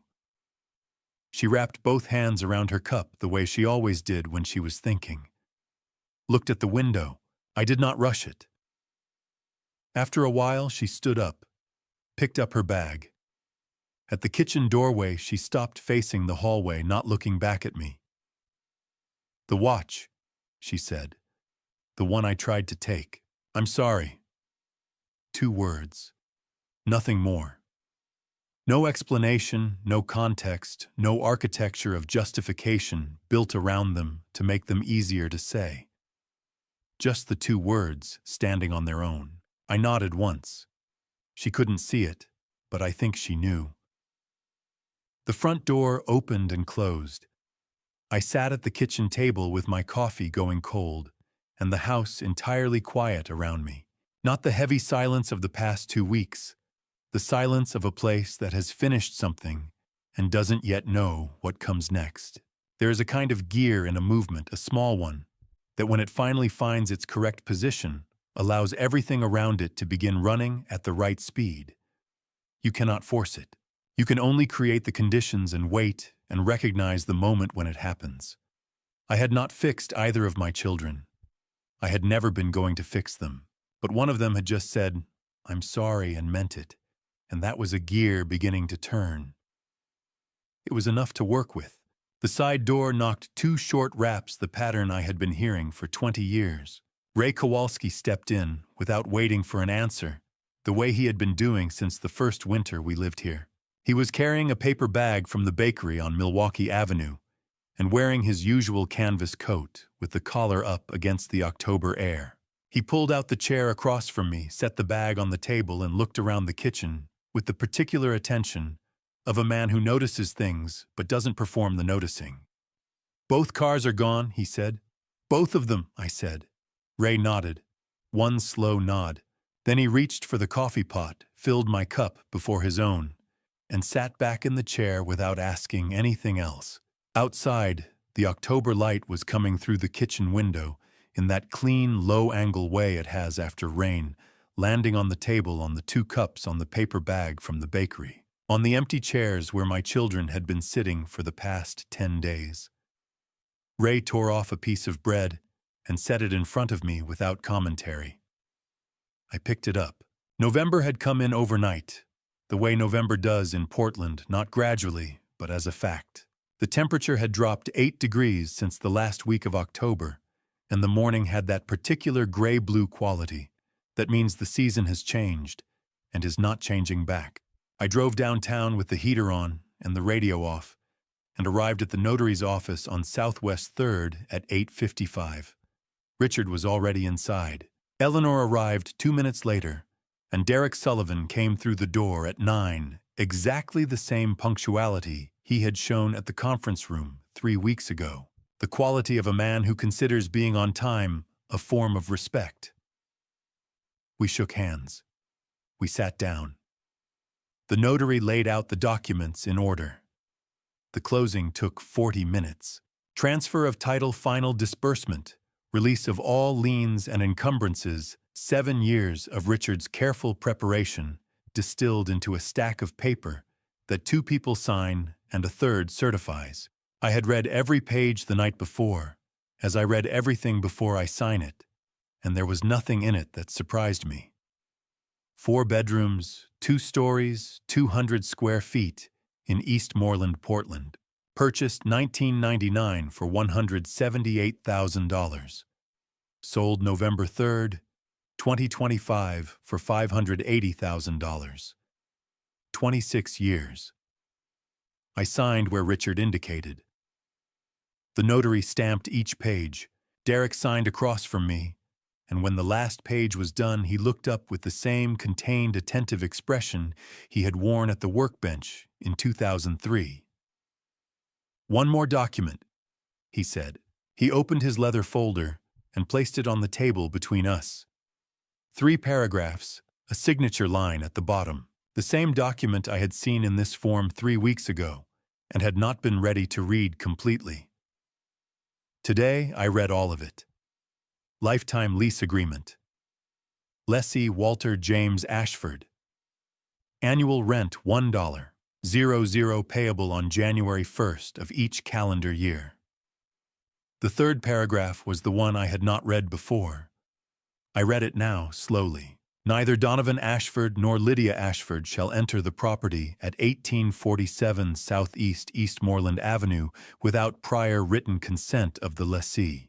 Violation of this condition shall constitute grounds for immediate termination of tenancy at the lessor's sole discretion. I set the document down. Looked at Derek. "You didn't have to do this," I said. "No," he agreed. "I didn't have to." He leaned forward slightly, both hands on the table, and spoke with the directness of someone who has thought carefully about what he wants to say and has decided to say it without decoration. "You handed me a set of tools when I had nothing in front of me, and you didn't make anything of it. You didn't ask for gratitude. You didn't keep track." He paused. "I'm offering you a roof when you need one. That's all this is, Mr. Ashford. An even exchange between two people who understand the value of things." I looked at the document for a moment longer. Then I picked up the pen. My right hand had its usual tremor, the one that had been there 3 years and that I had stopped apologizing for. The signature came out the way it always came out. Walter James Ashford. The W into the A, the loop on the capital opening wider at the base. Mine. No one else's. Richard witnessed it. The notary stamped it. Eleanor added it to the file with the precise efficiency of a woman who has closed hundreds of transactions and understands that the paperwork is not the moment is something else, something that happens in the room while the paperwork is being handled. Richard stood and extended his hand. "Everything is clean, Walter," he said. "Exactly as you wanted it." The fourth time I had heard that word in a month. I did not say so. I shook his hand and thanked him, and it was sufficient. Outside, the November air was cold and particular, the smell of wet leaves and wood smoke from somewhere nearby. And underneath that, the city smell of coffee and pavement that Portland has carried as long as I have lived here. I stood on the sidewalk in front of the notary's office and let it come in. 68 years old. $580,000 in an account bearing my name. A workshop and 4 bedrooms to return to whenever I chose at the annual price of a single dollar bill. No one in the rooms I didn't invite. Nothing unpaid, nothing unresolved, nothing outstanding. For a long moment I stood there on the sidewalk and did not go anywhere at all. My phone buzzed. Unknown number. I looked at the screen and read the message. "Dad, I got a job. First day was last Monday. Small accounting firm downtown. I'm trying. Lydia." I read it once, then again. She did not know about the 2-year condition Richard had written into the bequest. She was not writing to satisfy a legal requirement. She was just writing in the uncertain way of someone who does not know if the door is still open, but has decided to knock anyway. I put the phone in my coat pocket. I did not reply, but I did not delete it either. I walked north on 3rd into the November morning, into the city I had lived in for 40 years, into whatever came next. The morning came in cold and clear, the kind that follows several days of rain and makes the city look like it has been washed back to something essential. I had been up since 6 boxes in the front hallway. Everything a life of 40 years in this house had condensed into once you removed what belonged to the house and not to you. I walked through the rooms one last time. The kitchen, the oak table, 25 years of breakfasts, the ring marks from 10,000 coffee cups, Margaret's chair on the left, the one she always took because she liked to look out at the yard while she ate. I pulled it out slightly before I left, the way she always left it, not pushed all the way in. The living room, the wall above the sofa where the photographs had been, faint, bright squares in the paint, where the frames had protected it from years of light, The ghost shapes of 20-something pictures in the arrangement Margaret had spent a Saturday morning, getting exactly right. The reading room, the shelves empty now, the wood lighter where the books had stood and darker at the edges where nothing had rested. The small indentation on the third shelf where the brown leather notebook had pressed for 20 years. I had the notebook in my inside pocket, where it had been since October. Then the workshop. I stood in the doorway and let the room be what it was. The bench, the pegboard, the clock faces on the wall, all still running. The bracket clock in the corner that had been here longer than my children. On the bench, the 1943 Hamilton pocket watch sat in its open cedar box. I had finished it Thursday evening, the movement clean, the escapement running true, nothing compensating for anything else.